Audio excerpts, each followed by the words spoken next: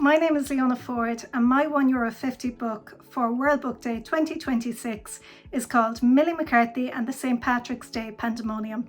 Now, if you enjoyed any of the Milly McCarthy books and you're looking for something else to read, I've got some recommendations for you.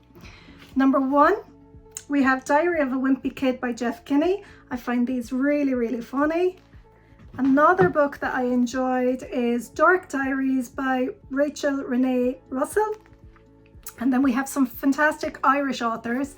Here's a really good book. It's called Wider Than the Sea by Serena Molloy, and this is a verse novel. It's got some lovely illustrations.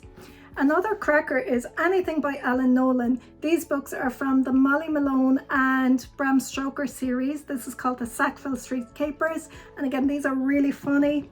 And another book that I loved was Shane Hicks' The Shop of Impossible Ice Creams. Keep reading.